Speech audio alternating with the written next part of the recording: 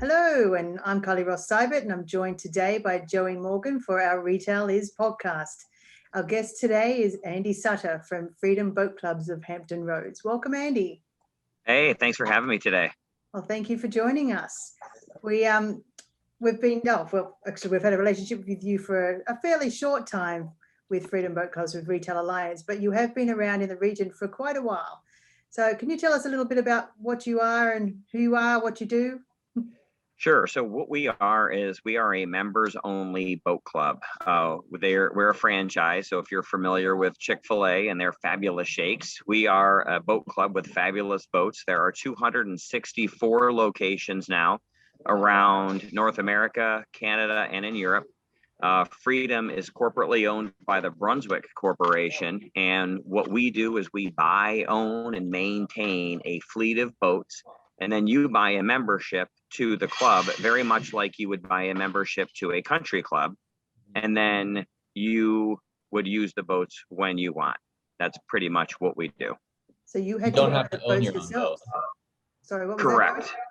that? Yep, correct. You do not have to own your own boat. What we do is, because Brunswick owns us, we have the ability to get boats from all of different boat brands. So Sea Ray, Bayliner, we have Cobia, we have Hurricane, all different boats. We buy them directly from the manufacturer, from the factory ourselves, and then we do all of the maintenance. Right. Wow. Okay. And what was so I mean, how did you get into it to start with? Like, what attracted you to the franchise? Well, I'm a retired Navy senior chief. I've been here since 1988, and through I don't know if you're familiar with Business Network International, BNI. Yes. So I was a visitor host at one of the meetings, and a different owner came in and introduced himself to me and told me about Freedom Boat Club, and I said, "Oh, you guys will do great here." They told me about the business model.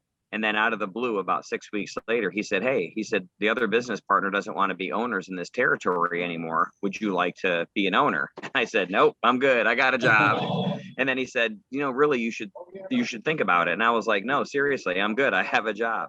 So he said, well, listen, why don't you look it up a little bit? Because, boat clubs are popular and it'd be a good opportunity. So I did like anybody else did. I Googled it. So what is Freedom Boat Club? And so then I got some information. I did a little bit of research. I talked to a lawyer. I talked to a franchise person, talked to a CPA, and I got really good advice. You can see that the franchise is extremely strong. They have great leadership. And my wife and I, we purchased it. I went to her. I said, my wife, Janet, is a rock star, by the way. And she said, tell me about the boat club. And I told her, and she said, so wait, you've been here for 32 years, you know everybody, and it's boating, and you were in the Navy. And I said, yes. And she went, high five. She goes, I'm in. And that was Friday the 13th, July 13th on a Friday. We backdated the paperwork to Thursday. Not that I'm superstitious, but I didn't want to put Friday the 13th. So we purchased in July 12th of 2018, and we went to work. Okay. So it's fairly new. I mean, was the person that talked to you about it, is he still involved in your franchise, or does he have his own? No, he's no longer involved in the franchise. It's just my wife and I. He's a silent partner, ownership only. Mm-hmm. Okay. So how involved is your wife? Is it a husband and wife team, or is she sort of left it all to you? It is a husband and wife team. My wife does all of the books. My wife is, she can't do a podcast. She couldn't do this. She can't get on Zoom. She's like, I can't do that. I get too nervous. You're like, you got to be the face. But she does all of the books, the payroll, the HR, the office management, all of that stuff. I have two amazing kids. One you see is behind me. This is Olivia walking around in the background. She is my work daughter. I have my other work daughter sitting across from me, Sunny, and then I have a couple of other ones. Everybody's my younger than my own kids, so I call them my work kids, and they call us work mom and dad. So we have a really good team of people that make this successful. Because we're gonna have 20 some odd boats this year. We can't do it on our own for sure. Yeah. You said you were in the Navy beforehand, but did you have experience with these kind of boats? Nope. No experience. I've attended through the military, some of the highest military leadership schools that you can go to. The Senior Enlisted Academy, I've had years of leadership. And then while I was in the Navy, flying Navy hovercraft, for 4 years, I was an instructor. So I use my leadership experience, my past experience in life to help then lead the company. I don't like it when people call me the boss, because I'm not a boss. I get out there and clean toilets and clean boats and check members in and check members out. And I'm working the boat show today, as you can see here behind us. So I like to be involved to a point where I'm not over involved, but I get a smirk from Sonny every once in a while. So I try not to get into their weedies a little bit. I let them do their thing. So did you know how to sail before you got into this? no, I mean, all of our boats are power boats, so we don't have any sailboats. Okay. I do have, so the business model, Freedom Boat Club, the business model is we buy power boats. They range in size. Last year we were down as low as 16 feet. This year we're up to as high as 23 feet. Next year we'll be up to as high as 26 feet. And what we do with all of the power boats, we teach you how to drive them. It's your boat. If you were to come to the club and pull up to Portsmouth, we would meet you at your car with our little bucket and take all of your stuff down to the boat that you have reserved for that day. And then you would go out and take your family just like it's your own boat. Not many Freedom locations have sailboats. There's a couple of reasons for that. We curtail to the recreational boater. It's not your boating professional that are going to come and join a boat club. We are the progression is you'll go from boat renting first. So you'll go to Lent Haven and you'll rent the boat for the day, and you're like, this is super cool. But rental boats tend to be really beat up and they're very expensive. Then the next place would be you're going to want to join a boat club and get your experience on our boats, because we're going to teach you. We do maintenance classes, we do fishing classes, we do any sort of training class, learning how to drive the boat. We do women docking events. So Kylie, like if you wanted to learn how to drive on your own, we're going to teach you how to dock the boat. So then you go from there to boat ownership, right? So we'll have members after about 3 years. They'll say, Andy, it's been great. We love the boat club, but there are times that we wanted to go out on the boat and the boat wasn't available on the day that we wanted to go boating. I understand that. We're not designed for you to have a boat every single weekend at your beck and call. Yeah. It would be way too expensive. So there is a reservation system that triages that. Typically, if you want to go out on a Saturday, you need to be looking at the week ahead of time. So 7 to 8 days ahead of time, and then put your reservation in. And then like today, the reason why we were setting the podcast up, today we have 45-mile-an-hour winds. So then we'll call you, Kylie, hey, listen, there's 45-mile-an-hour winds blowing in the Lafayette River today. You can't go out. And you would probably say, thanks for the phone call. That's great. But then we have members that are like 45-mile-an-hour winds. That's nothing. We still want to go out. And I'm like, no, that's not how this works. So, but sorry, what was that? We just try to set and manage expectations is all. That's the biggest thing. Okay. Is in terms of the geography of where people are allowed, is it sort of in the bay? Like how far out are they allowed to go? From the East Beach location, you can go with no permission up to 25 miles away. So from East Beach in Norfolk, you can go to Back Bay. You can get to almost the York River, and you can get to Cape Hatteras. So you could go to Cape Hatteras without permission. If you want to go further than 25 miles, then we would sit down with one of our managers, and you would have a float plan, a U.S. Coast Guard float plan. And what that float plan does is it's going to tell you where you're going to go, how much fuel you're going to burn, the weather in that area, because if you get more than 30 or 40 miles away in August, you've lived here long enough, these thunderstorms pop up. It gets pretty hairy. So we want to just make sure that you're safe. And myself, I'm a captain, and we have 8 captains on staff. So we just, it's that eye in the sky. Plus we GPS track all of our boats. So Kylie, if you're in a boat and a thunderstorm starts rolling through, we have an overlay on where all the boats are in our region. And so then one of our supervisors will be picking the phone up and giving you a call or sending you a text message. We also tell you how to do that yourself by using our marine radios. And then, everybody's got one of these. It'll go off, thunderstorms, and then we'll just tell you where to go, your quickest safe haven. So it's the eye in the sky. It gives everybody that extra safety. And like today, we'll just call you and say, listen, it's too windy. You can't go out. Our insurance isn't going to cover us if we let you go out in a small craft advisory. So, and then people will counter with different things, and we'll say, listen, you wouldn't take your own boat out today. Why would you want to take the boat club out? It's about your personal safety and the safety of your family. I don't want to get a phone call at 2:00 in the afternoon saying, hey, Kylie and Joey went out today and the boat capsized and they're floating in the bay and the Coast Guard's going to get them. I don't want that phone call. I like you guys. Yeah, that's a great media story, but in the end, no. Yeah, no. Yeah, it's a good publicity. Bad publicity is all publicity, right? Yeah.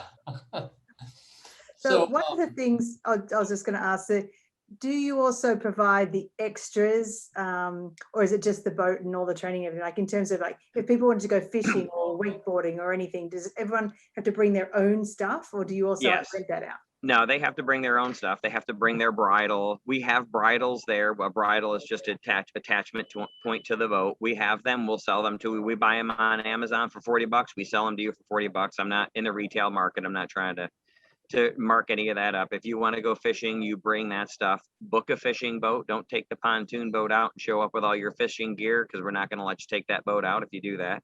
Okay.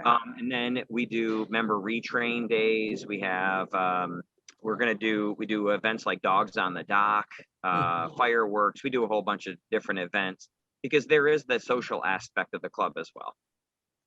And what do you mean by that? Do people actually get together who are members? Mm-hmm. Absolutely. We hold member events. So we'll do fireworks at Harborfest, 4th of July. We did an event 2 years ago called Beer, Boats, Bros, and Tolerant Women. It was hilarious. It was perfect too. We did it over at Legend Brewery in Portsmouth. We brought the boats over and tied them up right outside the brewery. And we had people, they could have their drinks and then put it in a foam cup and then sit on the boats. And it was a really good event. So, Hey. All right, we're opening up here. I gotta mask up.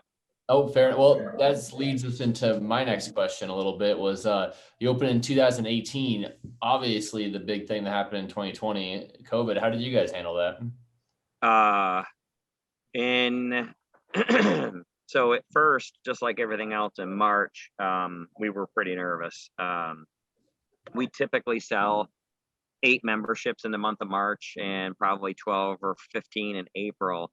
And in March of last year, we sold 1, and it was pretty nerve-wracking. I did. Hope I don't get caught. It was a little nerve-wracking. I had one of the employees come up to me and he said, "Hey, how much money? How am I going to have a job?" And I said, "I have money for 90 days." So I applied for the PPP, and I applied for the SBA loan. I went home, and my wife is a respiratory therapist by trade, so she was getting crushed at work. Plus then working at the club doing payroll, HR. We had a HR lady come in, so we were doing all that. We were hiring new employees, then they never showed up for work. Well, I got a phone call from the SBA, and they said, "Hey, you've been granted a $125,000 loan." And I laid down next to my desk. Sonny, who's here, and Olivia was here. They were like, "Are you okay?" I said, "We may make it, right?" I had told my wife we were going to go bankrupt. We were going to sell the boats, and we'll just end up being as a statistic. As a retired Navy guy, I can get on a ship and go back out to sea. My wife is a respiratory therapist. I'm like, personally, we're fine, but we couldn't support the business at that point. And then we blew up. Then the month of May happened, Joey. So to answer your question, it was a bumper year for Freedom Boat Club. When Governor Northam said you can social distance with your family, we had people walking into our East Beach office, literally handing their credit card over to Sonny saying, "Just sign us up. We don't know anything about the club. We just got to get out of the house." Want something to do. We sold 32 memberships in the month of May, more than 1 a day. Wow. So we sold 120 memberships last year. We were up 157%. We had 17 boats. We've sold some off since then. We have 11 now. I sold 6 this year because in the winter we sell them off to get the new ones in. And then so right now we've already surpassed. We set the same goals for this year that we did last year, and we think probably by the end of the month we should. Right now we're just trailing slightly behind our goals for this year. Wow. But April, May, and June should be a good year this year for us. It makes me think of a question real quick. Sure. So you sell your boats off in the winter to buy new ones. One of the things that we saw this year was bikes being really hard to get because everybody wanted to buy them. Are boats hard to get right now? They are. Fortunately, we put our boat order in September. Normally, and we are working on our boat order for 2022 now. It actually has to be in by Monday. So I have to look into my really nice crystal ball and decide how many memberships that we're going to sell for next year. And we're opening another location next year in Hampton. So we will have 3 Hampton Road locations next year. We'll get the business license this year, and then we'll go ahead and open next year with our 3rd location. Where are your locations right now?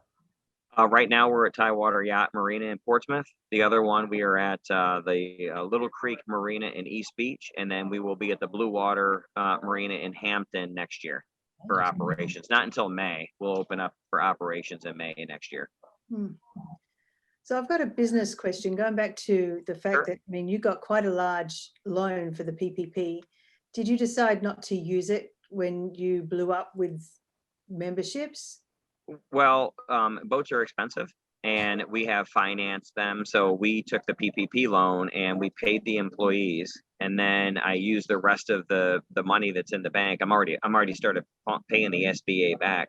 And then we're just going to leverage that for capital growth over time. It's a very inexpensive loan, 30 years. We got $125,000. So I'm just going to leverage that to open up more clubs. Okay, so you got the idle loan, you didn't get the PPP. I got both. I got the Payroll Protection Act and I got the SBA disaster relief loan. Yep. Okay. Did you apply for forgiveness on the PPP?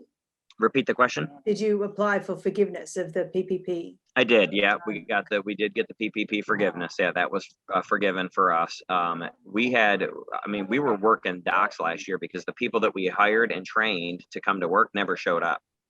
They didn't want to deal with COVID. They were too, right? So I hired an ICU room nurse from one of the local, I can't say the hospital name, but one of the bigger hospitals here in the region to train our staff on the cleaning products, how to clean the boats properly, how to socially distance and stay safe.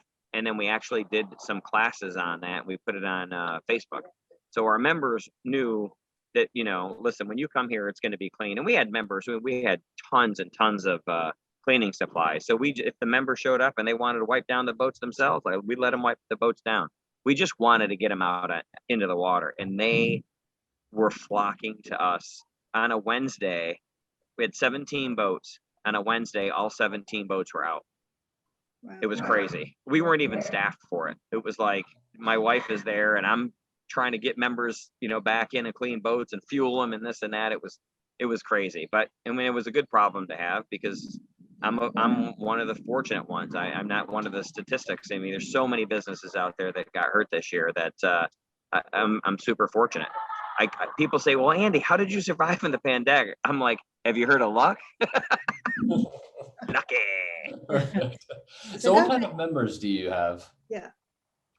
We have members that range from, your shipyard worker, your blue collared worker, to your, we have doctors from the Naval Hospital. I've got lawyers. We have blue. Yeah, so very affluent, the caviar on the dock kind of. No, it's not. Yeah, it's not. I mean, those people won't join boat clubs. The people that are wealthy buy their own boats. Makes right. sense. We are in that middle area where if you make a decent enough amount of money and you have a little bit of disposable income to join the boat club, we make it very affordable. Once you pay your initiation fee, which we will break up over time. So if you wanted to, put $1,000 down and pay $1,000 a month, for 3 or 4 months towards your initiation, and then it's just $375 or $385 a month, whatever. We have different plans. It's super affordable.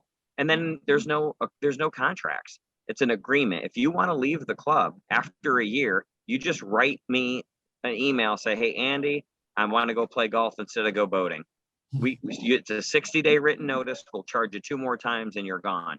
We want you to be a member of the club. We do not want to be the other club that is going to hold you into a 3 or a 5 year commitment. Yeah. Right?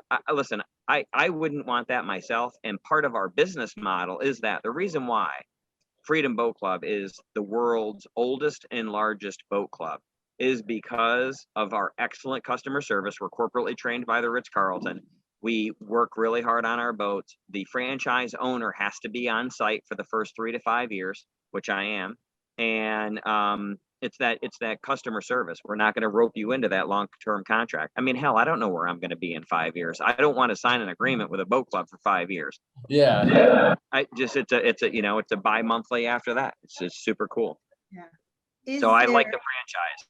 Oh, yeah. Yeah. Is there anything that's compatible to what you do? Like, do you have a competitor? We do. You don't have to name them. They're actually right over there. So at one time it was only Freedom Boat Club. Mhm. And then in about, I forget the dates, but about 2007. Remember the date, Sonny? Is 2007? What? When Carefree split off? I don't remember. Around 2007, they gave us the information, but around that time, so I'm on a 5-year agreement with Freedom. After the 5 years, they look at me and say, hey, you ran a good business, we'll renew your agreement, or I can say, hey, I don't want to do this anymore, and then sell my business. Well, at that point, a bunch of gentlemen did not like the new direction that the owner was taking the company. He said, we're going to buy new boats, we're going to flip them every 3 years, and you're not going to have any agreement. You're not going to sign them to a long-term contract. And these business owners were like, screw you, buddy. We are not doing that. So they went and started a rival business. Well, we have now since blown up. We have 264 locations. I think they have 80.